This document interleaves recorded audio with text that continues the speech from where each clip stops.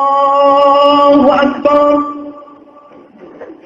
الله أكبر أشهد أن لا إله إلا الله أشهد أن لا إله إلا الله أشهد أن محمدا رسول الله أشهد أن محمدا رسول الله أشهد أن لا إله إلا الله أشهد أن لا إله إلا الله أشهد أن محمدا رسول الله أشهد أن محمدا رسول الله حي على الصلاة حي على الصلاة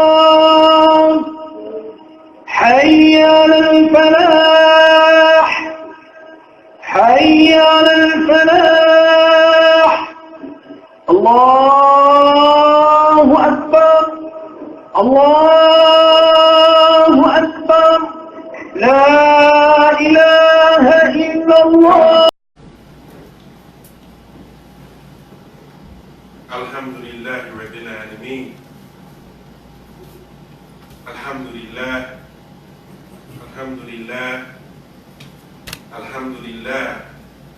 عدد خلقه ورضا نفسه وزنة عرشه ومداد كلماته ومنتهى علمه وجميع ما شاء وخلق وضرع وبرع عالم الغيب والشهادة الرحمن الرحيم المالك القدوس العزيز الحكيم أشهد أن لا إله إلا الله وحده لا شريك له له الملك وله الحمد يحيي ويميت بيده الخير وهو على كل شيء قدير وأشهد أن محمدا عبده ورسوله صلى الله عليه وسلم أرسله بالهدى ودين الحق ليظهره على الدين كله ولو كره المشركون. أما بعد فيقول الله تعالى في كتابه ولتكن منكم أمة يدعون إلى الخير يأمرون بالمعروف وينهون عن المنكر وأولئك هم المفلحون. صدق الله العظيم. Alhamdulillah, before we begin, I want to remind all of us about some basic adab or basic mannerisms for Jumu'ah. Sometimes we forget. Anytime you come into the masjid, you should at least cut your cell phone on silent, if not off, all of the way. And when you come to Jumu'ah prayer, you should sit in ranks as if we were making salah. This is the way you're supposed to sit, facing the Qibla. Doing anything less than that without a valid reason takes away from your reward from the Jumu'ah prayer. I always give the example of someone going to work and not getting paid for the work that they've done. None of us would like that. We would be very upset. We would go down to the Human Resources office. We might even quit if we had a job and we worked hard but didn't get paid for the work we did. We're here only for the sake of Allah subhanahu wa ta'ala. And our reward comes from Allah subhanahu wa ta'ala. But in order to get that reward, we have to adhere to His commandments and what His Messenger, Prophet Muhammad sallallahu alayhi wa sallam, has laid down. Alhamdulillah, Allah mentioned in His Quran, Surah Al-Imran, verse number 104. He says, وَلْتَكُن مِّنكُمْ أُمَّةٌ يَدْعُونَ إِلَى الْخَيْرِ. Let there arise, or let there be from among you a group of people inviting to that which is good, enjoining what is right, and forbidding what is wrong. It is those, or it is they, who will be successful. And so we always want to make sure that we are from the successful group. Who wakes up, or who starts life saying, you know what, I like to be a failure. I want to mess up. I want to lose at everything that I do. This is my aspiration in life. No one says that. We all, at least theoretically, strive or want to be, or desire to be successful, to come out on top, to be from amongst the winners, at least theoretically. And when it comes to success, whether it's life in general or it's a specific area of life or a specific endeavor, successful at being rich or an entrepreneur, successful at being a very spiritual person from amongst the awliya, the protected friends of Allah, or successful at being knowledgeable, or successful at being a warrior, a fighter, whatever it is, successful at being a husband or a wife. Regardless of what it is, there's a pattern for that. Or there are patterns, more than one pattern, of being successful with regards to that.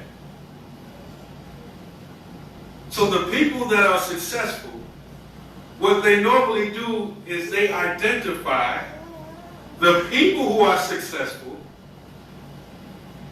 and they try to get close to them, try to figure out what the system is, or what the pattern is, or what the methodology is. And they tap into it and they follow the pattern. And then when they get the pattern, they customize it for themselves and they go on to be successful. Some people, they want to learn how to fight. Martial arts, for example. They identify the martial art that they're interested in. They don't say, let me go on YouTube and figure out how to do this thing myself. No, they go to the school, they go to the teacher, they go to the sensei, they go to the dojo, and they tap into the system. They tap into the system, they practice it, and then they elevate in it. So Allah subhanahu wa ta'ala says, وَلْتَكُنْ مِنْكُمْ أُمَّةٌ يَدْعُونَ إِلَى الْخَيْرِ. Let there arise from you a group. In other words, وَلْتَكُنْ مِنْكُمْ أُمَّةٌ. Let there arise out of you a group, meaning there's a lot of you, but every one of you are not going to be successful. Each of you are not going to be successful, but there's going to be a group. And I need to be from amongst that group. And Allah gave some of the characteristics of that group. They invite to the good. They enjoin the right. And they forbid the wrong. وَأُولَٰئِكَ هُمُ الْمُفْلِحُونَ. They are the ones who are successful. They are the ones who are successful. The opposite is that is true. A lot of these rules, a lot of these qaida, qawaid, a lot of these axioms, a lot of these principles, sometimes they say things are known by their opposites. If you don't understand a particular thing, learn what the opposite of that thing is, and then try to understand. أقول قولي هذا واستغفر الله لي ولكم ولسائر المسلمين فاستغفروه إنه Al-Ghafur Rahim. Alhamdulillah.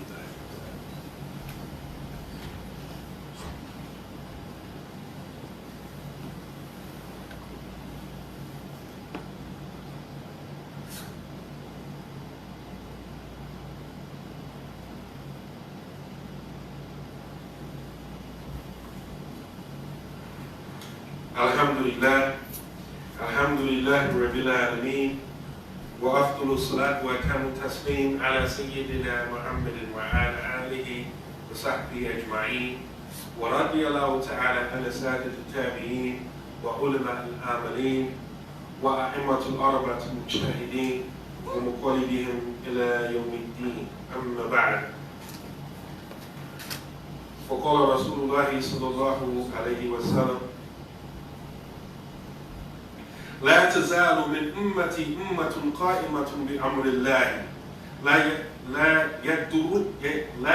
يضرهم من قذارهم ولا من خلفهم حتى يأتي أمر الله وهم ظاهرون على الناس. رواه مسلم.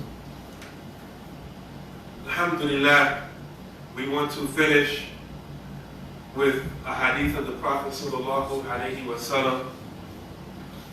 He said, there will not cease to be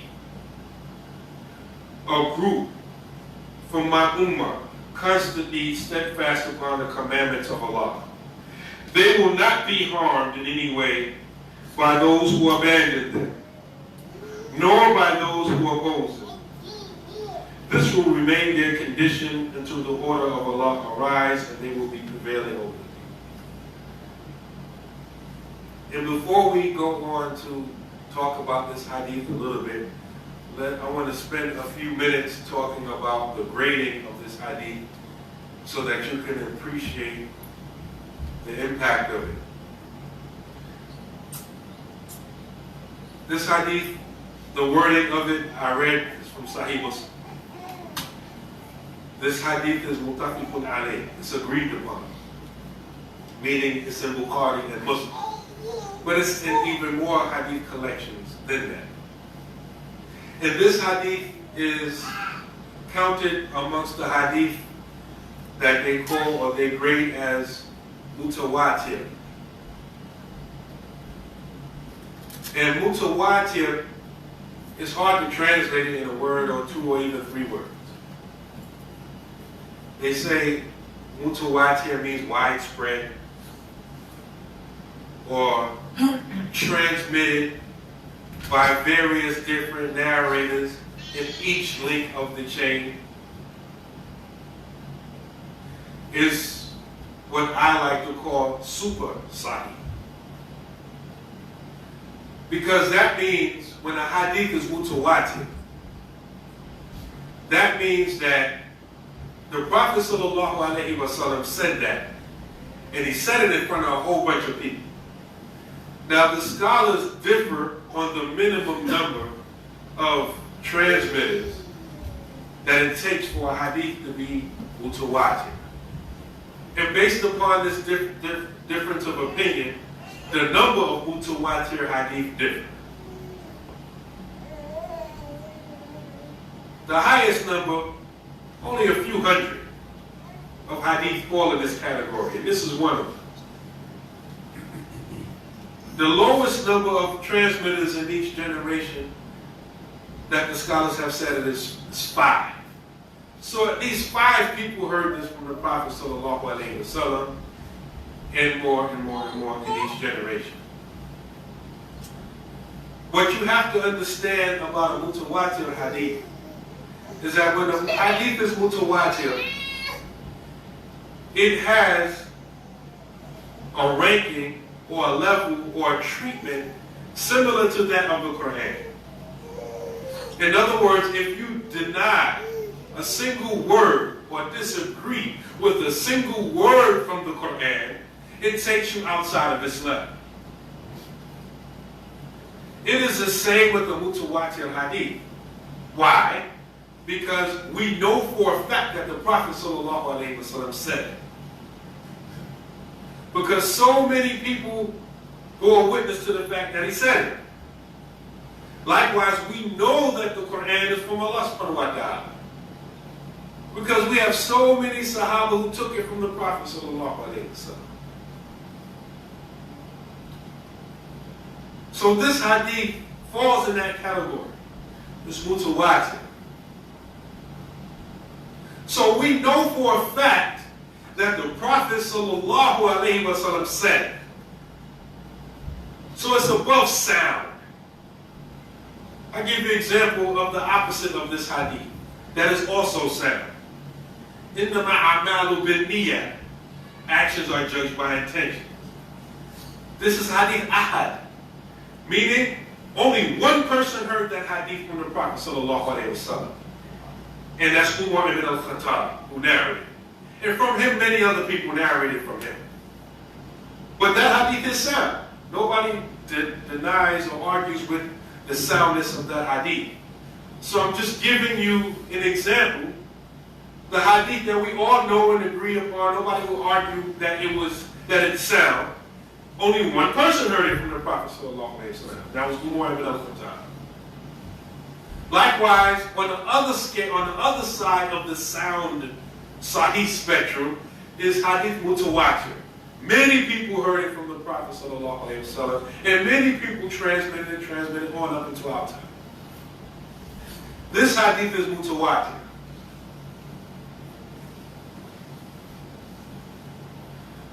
And so you have to, I'm saying all of that not to be technical or for no other reason.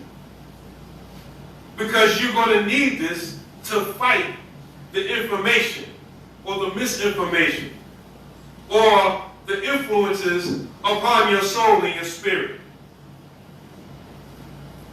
Because most of us know, for example, what a utopia is. The so-called perfect society, which is a myth. It doesn't exist.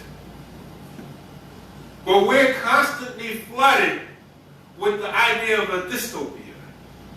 Everything is bad. The society is trash. No one is good. Everyone is evil. You can't trust no one. This is the information that is coming to us. And this is why it's important that we have proper knowledge, proper basic knowledge of Islam, so that when we fed these ideas, our knowledge from Allah and His Messenger can serve as a filter for these ideas. And we say, okay, we can accept this, but we can't accept that.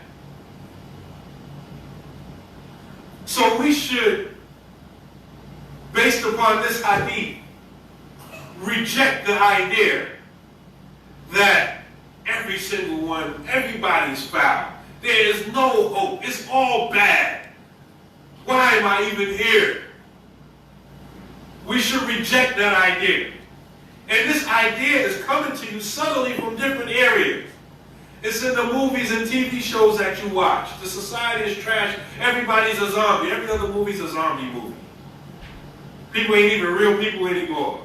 They're coming to eat you. Or the society must be purged. Or what you see in the news. You can't even respect leadership anymore. The standard of what it takes to lead or to rule a country is so low now. I mean, just think about it. The leader of the most powerful nation on earth is on record for saying it's okay to grab the private parts of women. And it's okay to hate people. And they even have running lists of how many lies this person has said. I mean, it's just so many different areas about how foul, how low this person is, but yet he's the leader. And so those type of things that's constantly hitting you, it may make you feel like you need to go into a depression. Like, it's all bad. But that type of thought, that type of sentiment has to be filtered by what we know from Allah and His Messenger. And as the Prophet sallallahu alaihi wasallam said, "La tazalu min ummati ummatun qa'imatun bi amrillah," that there will never cease, there will never stop being a group from among my ummah that is constantly steadfast upon the commands of Allah. So in other words, there's always a righteous group. There's always a group of people holding on to the commands of Allah.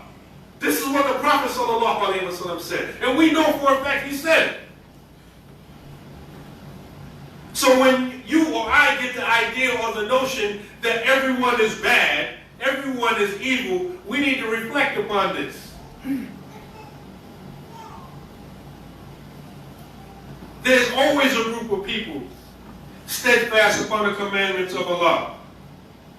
And they will not be harmed by those who abandon them. Ooh. Very important. Because when you're steadfast on the truth, you're always alone.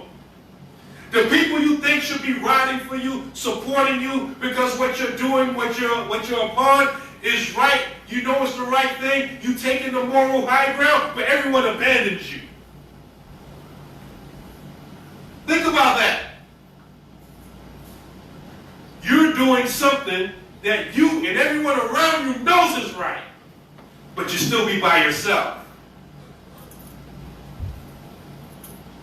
This group of people, the Prophet ﷺ said that they will not be harmed by those who abandon them.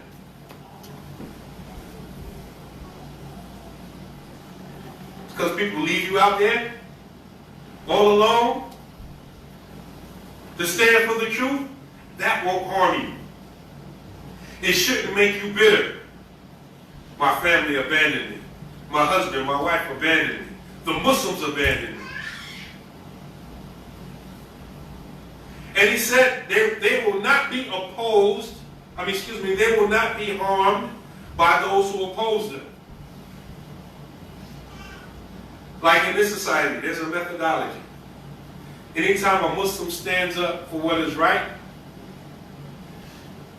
they will get another Muslim to stand up and oppose you. In the media, a Muslim does something that, for example, he takes a specific stand. You know, a lot of these athletes, some of them are Muslim, they take a stance on this or that issue. What they will do is they'll get another Muslim athlete to say, oh, what he did is wrong. If you're in that situation, that Muslim that's standing up against the truth is not going to hurt you. It's not going to harm you. This is what the Prophet ﷺ said. When you take a stand at your job, they say, listen, I'm not going to make my prayer outside of its prayer time. I'm going to make it in my prayer time. I'm going to try to be as compromising as possible, but I'm not going to compromise my salah and make it outside of this time. I'll go in this dirty, filthy closet and pray, but I'm going to pray. You're not going to be harmed by the Muslim that says, oh, he don't have to pray. He can make it all at home. That's not going to harm you.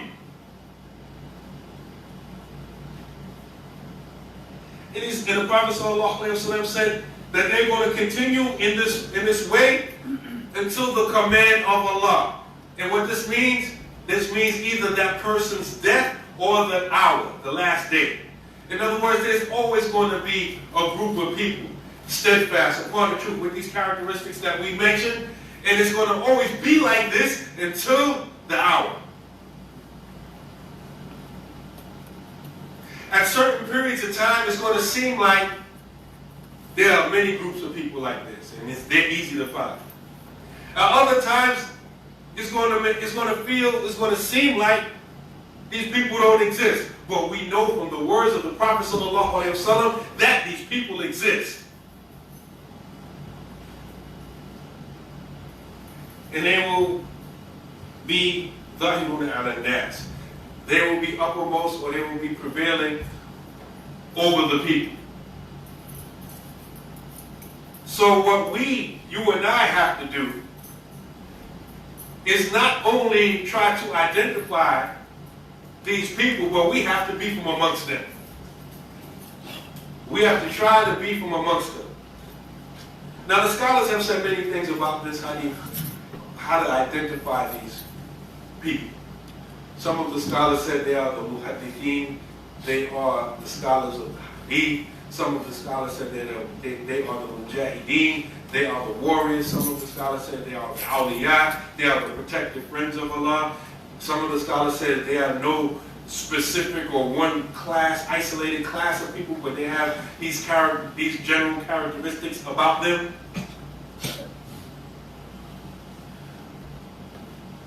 We have to find our niche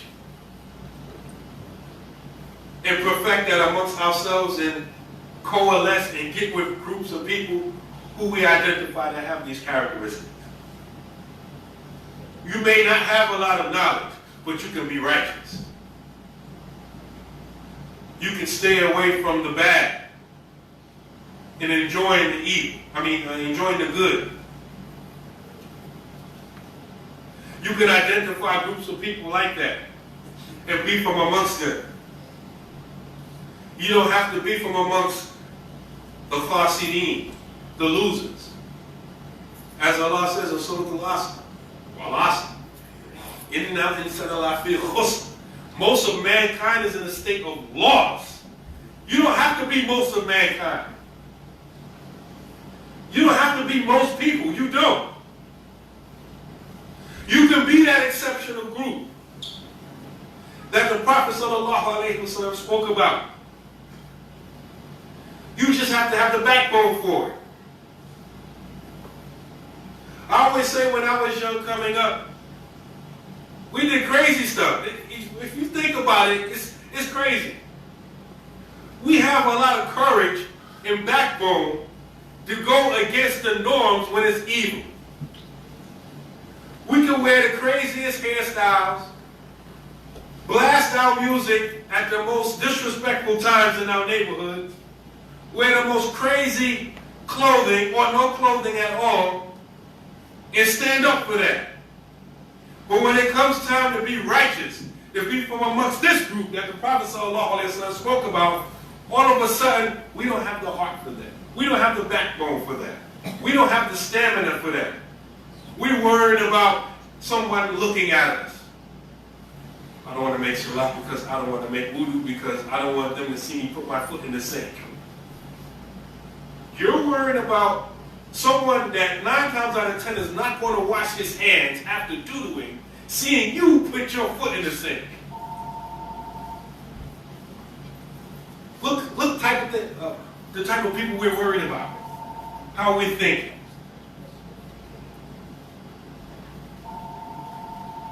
As the Prophet ﷺ said, glad tidings for the strangers. You want to be amongst the strangers. You don't want to be amongst the vast group. As Allah said, most of them are lost. May Allah make us from amongst the strangers. May Allah make us from among this group of people who are steadfast upon the truth until the water of Allah comes. Subhana rabbika rabbil izzati amma yasifun wa salamun ala al-mursaleen walhamdulillahi rabbil alameen.